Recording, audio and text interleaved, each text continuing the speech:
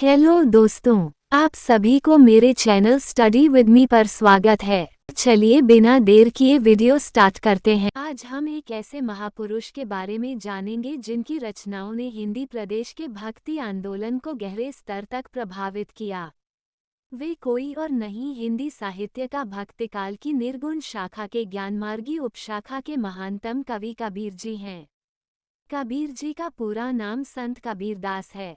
कबीरदास या कबीर 15वीं सदी के भारतीय रहस्यवादी कवि और संत हैं। संत कबीरदास हिंदी साहित्य के भक्ति काल की निर्गुण संत काव्यधारा के सर्वश्रेष्ठ और इकलौते ऐसे कवि हैं जो आजीवन समाज और लोगों के बीच व्याप्त आडंबरों पर कुठाराघात करते रहे। वो कर्म प्रधान समाज के पैरोकार थे और इसकी झलक उनकी रचनाओं में साफ झलकती है।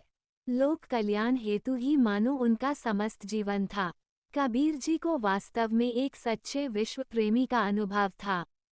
कबीर जी की सबसे बड़ी विशेषता ये थी कि उनकी प्रतिभा में अबाध गति और अदम्य प्रखरता थी।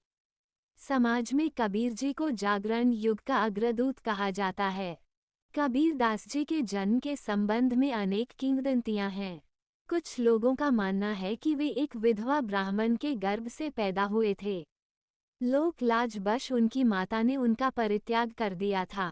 नीरू और नीमा नामक जुलाहा दंपति ने उनका लालन पालन किया। वहीं कबीर पंथियों की मान्यता है कि कबीर का जन्म काशी में लहरतारा तालाब में उत्पन्न कमल के मनोहर पुष्प के ऊपर बालक के रूप में हुआ।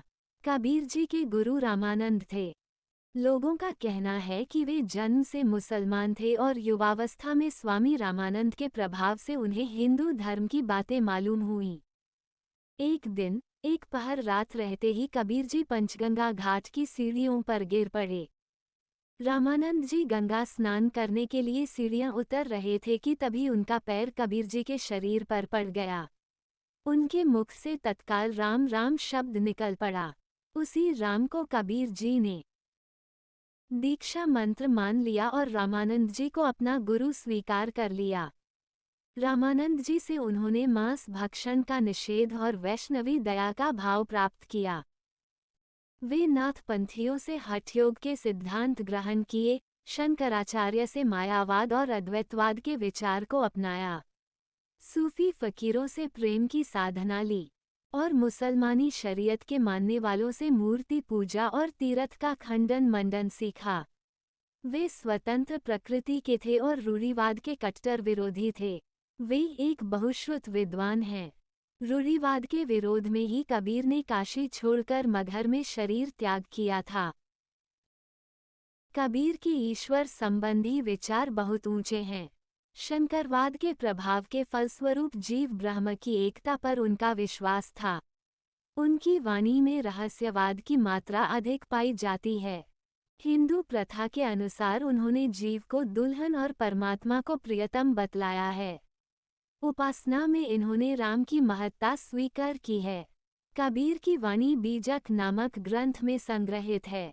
इसके 3 भाग हैं, रमैनी, शब्द और साखी। उनकी भाषा में खड़ी बोली, अवधी, बिहारी, पंजाबी, राजस्थानी, ब्रज आदि के शब्दों का मेल है। इसलिए उसे खिचड़ी या साधुक केडी भाषा कहते हैं। वे एक सच्चे समाज सुधारक हैं। सच्चे मानवतावादी होने के कारण कबीर का एकमात्र लक्ष्य मानव मात्र का कल्याण माना था। Thanks for watching.